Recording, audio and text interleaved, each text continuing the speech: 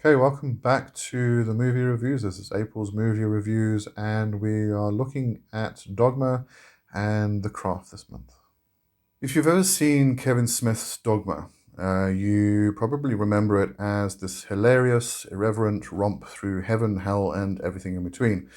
But beneath the surface, there's a lot more going on. While it's easy to get caught up in the jokes and meta commentary on religion, there's actually a fascinating layer of occult thinking threaded through the story, and it's surprisingly consistent in some ways with classical esoteric ideas. At its core, dogma is about belief, about the consequences of rigid doctrine, and about the messy, unpredictable ways humans interact with the divine. The two fallen angels, Bartleby and Loki, aren't just comic relief, they're archetypal figures, almost trickster spirits, representing rebellion against authority and the tension between free will and predestination. In occult systems, especially in Western esotericism, these figures echo the idea of daimons, not the Christianized idea of evil, but liminal beings who operate on thresholds, bridging worlds. And Smith captures that sense really well. They're not just caricatures of sin, they're beings with agendas, limitations, and moral ambiguity, much like the spirits you might encounter in more serious magical or mystical traditions. One of the things that stands out is how the film plays with the notion of sacred and profane law. The loophole in Catholic dogma that the angels exploit is, and in a way, a narrative mirror of magical thinking itself. The idea that the cosmos has rules, but these rules are not absolute. Ritual, intention, and knowledge can shift outcomes. This is classic occult philosophy. Knowing the structure of the system gives you power within it. And the film treats this with a kind of chaotic humor that actually underlines a serious truth. Spiritual systems are flexible, interpretive, and, if you're not careful, dangerously literal. The depiction of heaven and hell is worth noting from an esoteric perspective. Heaven in Dogma is bureaucratic, almost absurdly so, an echo of mystical traditions that suggest the divine world isn't a simple utopia, but a layered, complex hierarchy. This aligns surprisingly well with Hermetic cosmologies, where angels, archangels, and other spiritual entities operate within defined structures, each with their own jurisdiction. And then you have the way the characters interact with these beings through prayer, which mirrors how occultists approach spiritual hierarchies with respect. Another fascinating layer is the role of the human characters as mediators between worlds. Alan Rickman's Alan Rickman's Metatron is basically the voice of divine law, but he's trapped in language, reliant on human messengers to enact his will. This is a subtle nod to the esoteric idea that humans are the connective tissue between the material and the spiritual. The pilgrims, Bethany and her companions, aren't passive. They have agency, and their choices matter. Occult traditions often emphasize this. Enlightenment, initiation, or magical work requires active engagement rather than blind obedience. Then there's the metaphysical humor. The film never undercuts its own spiritual stakes, even while it's absurd. That's a tricky balance, and it's rare in pop culture. Humor becomes a kind of alchemical tool, an awareness raiser, a way to shake the ego and challenge dogma without destroying the mystery. You see this in chaos magic and other modern esoteric systems. Laughter is a form of gnosis, a recognition that reality is more elastic than we often admit. Of course, Dogma isn't perfect from an occult standpoint. Some of its theology is explicitly Catholic and can feel clunky when read through a purely esoteric lens. But what's impressive is the film's underlying logic. It treats spiritual forces as real, interactive, and consequential, not just as plot devices. That's a rare stance in mainstream media, and it gives the movie a surprisingly deep resonance for anyone interested in magic, cosmology, or the occult. So if you watch Dogma again, don't just listen for the jokes. Watch how the angels move, how humans navigate sacred law, how chaos interacts with order. There's a kind of secret curriculum there if you're paying attention.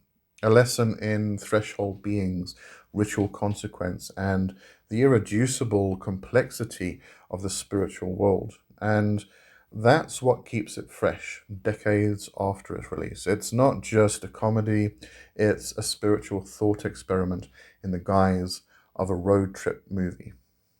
Next, we have The Craft, the original 1996 movie, not the 2020 sequel.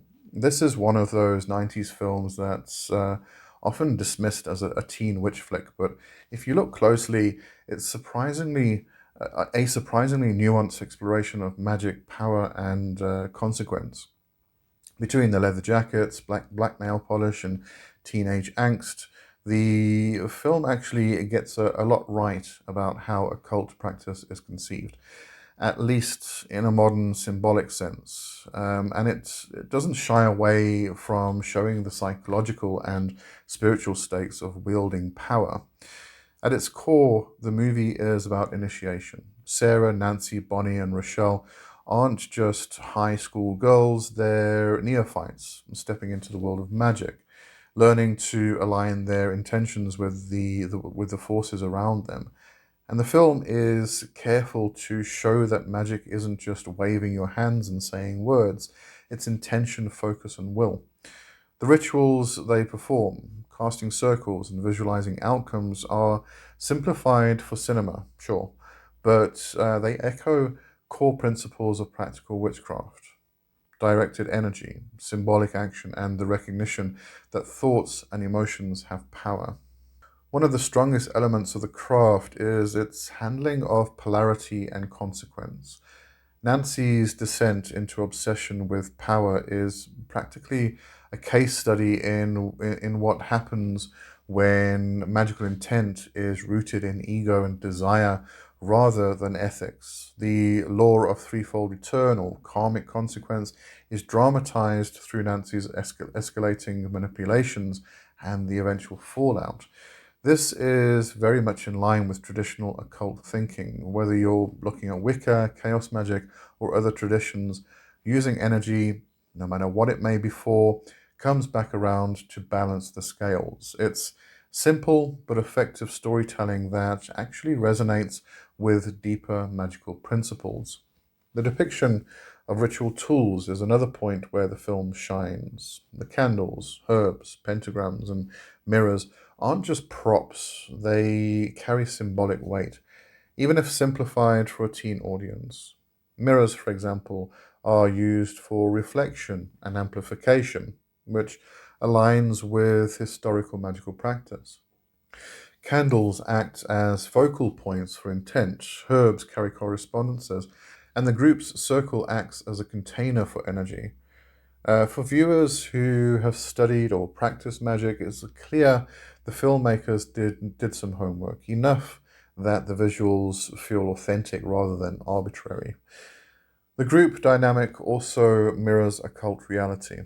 The coven is small, intensely focused, and hierarchical, even in informal ways. There's the tension between individual power and group cohesion, the danger of envy and ambition, and the importance of trust.